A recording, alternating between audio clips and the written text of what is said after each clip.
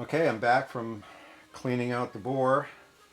It works great. Once you put cleaner in there, fill it up to the top, blow air straight through, comes out this journal here, this oil hole, and it cleans everything that's inside that chamber. Because I think it's a double wall situation here. I'm not sure how they built this thing. I don't have schematics on it. So what we're trying to do is just clean out any debris that we can without having to completely disassemble this, and I have no clue how you would do that anyway. So, but at any rate, um, it's it's as clean as I could possibly get it with my knowledge right now, and I can't see where you would want to tear this thing any further down than it is. So at any rate, we have this board that's pretty well cleaned out. Give it a little swab to make sure that if there's any debris that you clean that out of there too. That's pretty clean. A little bit at the bottom. Right. Okay, so now for my secret weapon in lubing this, assembly lube will not work on this. Assembly lube is too thick. This stuff is for your main bearings and whatnot in your vehicle. This is not for lifters, okay? You need something like sewing machine oil. But what I like to do is coat it all with boron. I use a product called arc oil, and this is what I use for my guns. This is an older version of the new gun oil from arc oil. They used to be known as Lubrisilk. Now this lays down a layer of boron on all your metal parts. So metal to metal, you want as slick a surface as possible, of course. And what this, I don't work for arc oil, by the way. This is just what I use. I ran across it. It's developed for the military. They've been using it for years, and it's great stuff. You can run dry of oil, and as long as you have boron on the metal-to-metal surfaces, it'll run longer than it would without. I'm not saying do not run your engine without oil in it. That's just stupid.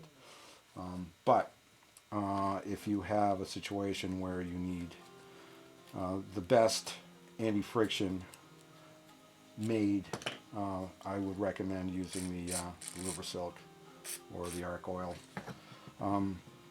This is what I'll be putting in my engine once I have the break-in oil in and out.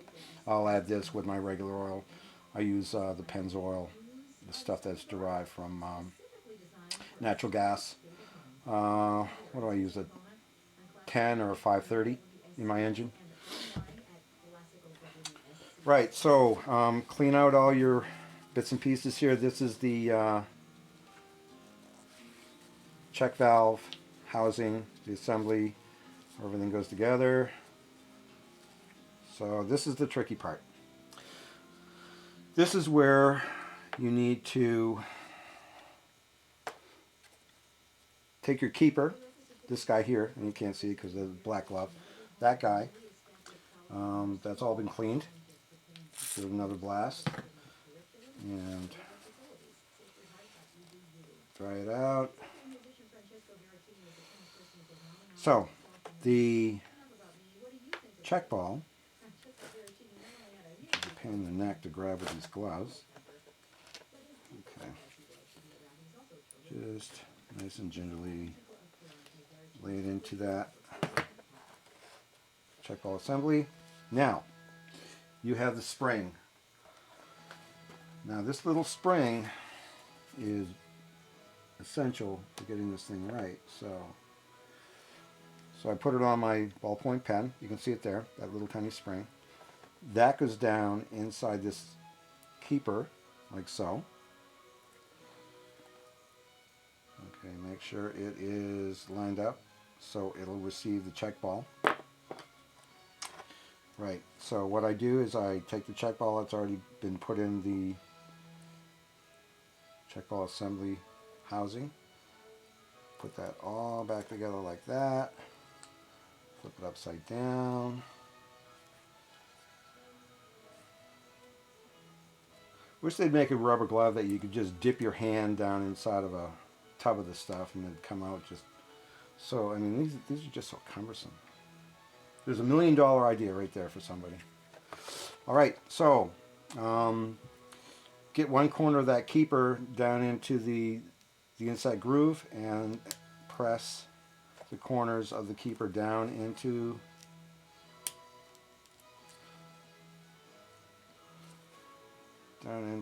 the check ball assembly housing, so everything is together. That's nice and straight. Okay, you can see the check ball through the little side holes there. There's the check ball in there. Okay, pretty good, pretty good. That's still a little dirty in there. I could have done a better job of cleaning that out a little bit, but you know what, I think it's probably good enough. So right, so we have the Lubrisilk or the arc oil friction modifier on a Q-tip inside the bore. Give it a liberal coating. That's a little dirty there, isn't it? Okay, so I gave that a nice good coating of the arc oil. Now here's your spring that goes in first, like so. So what I like to do is, everything's been lubed, flip this upside down and line it up with the bore, push that in nicely, right, and give it a test drive. Okay, so that is nice and free, pushing it up and down with no binding that I can feel. The last thing to do is where we have the push rod, where it seats, like so. And clean that off really well. Make sure all these little holes and whatnot are clear. Yeah, everything's good there.